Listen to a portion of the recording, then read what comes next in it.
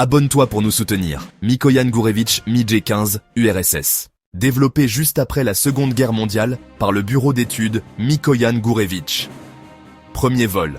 30 décembre 1947. Entrée en service. 1949.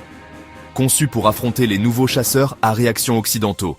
Caractéristiques. Moteur. Réacteur.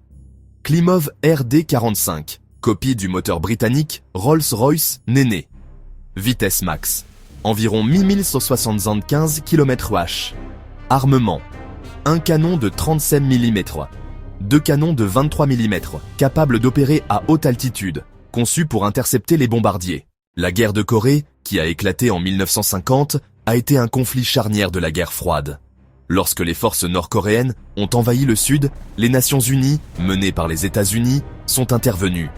Au début, la supériorité aérienne de l'ONU semblait incontestée, mais tout a changé avec l'arrivée d'un nouvel acteur redoutable dans le ciel coréen. C'est ici que le MiG-15 se révèle au monde entier, provoquant une onde de choc parmi les forces occidentales. Surnommé Fagot par l'OTAN, son apparition soudaine a instantanément remis en question la domination aérienne alliée. Les chasseurs américains de première génération se sont retrouvés complètement surclassés, forçant une réévaluation stratégique majeure et l'envoi précipité du meilleur chasseur américain.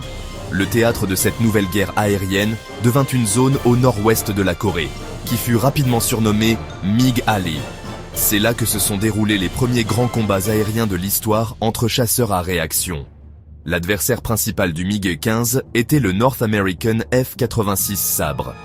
Ces duels légendaires sont devenus un symbole de la confrontation technologique entre l'Est et l'Ouest. Le MiG-15 était redouté pour de bonnes raisons. Il possédait un taux de montée et un plafond opérationnel supérieur à ceux du Sabre, lui permettant de choisir le moment et le lieu de l'engagement en grimpant rapidement hors de portée. Son armement était également brutal. Un canon de 37 mm et deux de 23 mm, capable d'abattre un bombardier B-29 d'une seule rafale. Cependant, le MiG avait ses faiblesses. La faible cadence de tir de ses canons rendait la visée difficile contre un chasseur agile. De son côté, le Sabre bénéficiait d'avantages technologiques cruciaux. Son viseur radar calculait la déflexion pour une précision redoutable, et son pilote portait une combinaison anti-G, lui permettant de supporter des virages plus serrés. Le Sabre était aussi plus stable à haute vitesse et en piqué, faisant de chaque duel un fascinant ballet de force et de faiblesse technique. Production et diffusion. Le succès du MiG-15 ne se mesure pas seulement à ses performances, mais aussi à l'échelle phénoménale de sa production. C'était une machine de guerre conçue pour être produite en masse, rapidement et à moindre coût, une nécessité absolue dans le climat tendu de la guerre froide naissante. L'Union soviétique seule a fabriqué plus de 13 000 exemplaires. Si l'on inclut les productions sous licence en Pologne, Tchécoslovaquie et Chine, le total dépasse les 18 000 unités.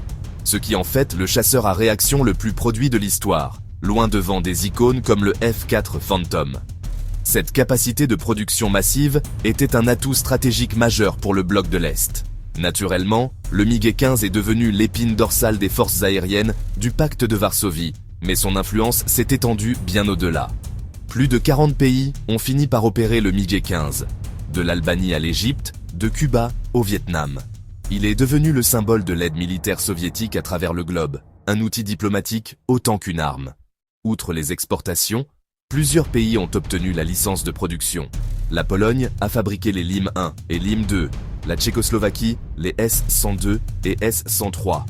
La Chine a produit sa propre version, le Shenyang J-2, qui a constitué la base de son industrie aéronautique de chasse, démontrant l'impact durable de la conception soviétique.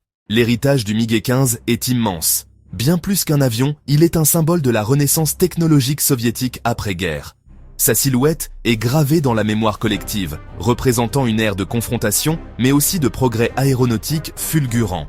Produit à plus de 18 000 exemplaires et utilisé par une quarantaine de pays, il est un témoin clé de l'histoire du XXe siècle, dont l'influence se fait encore sentir.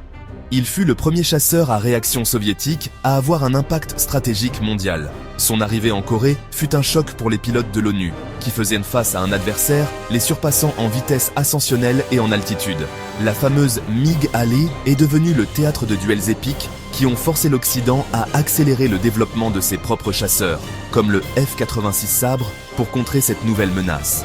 Grâce à lui, l'Union soviétique a pu rivaliser avec les États-Unis, notamment grâce à la copie du réacteur britannique Rolls-Royce Néné. Cette réussite a établi une lignée de chasseurs légendaires. Sa conception fondamentale, ailes en flèche et prise d'air nasale, a servi de matrice pour ses successeurs.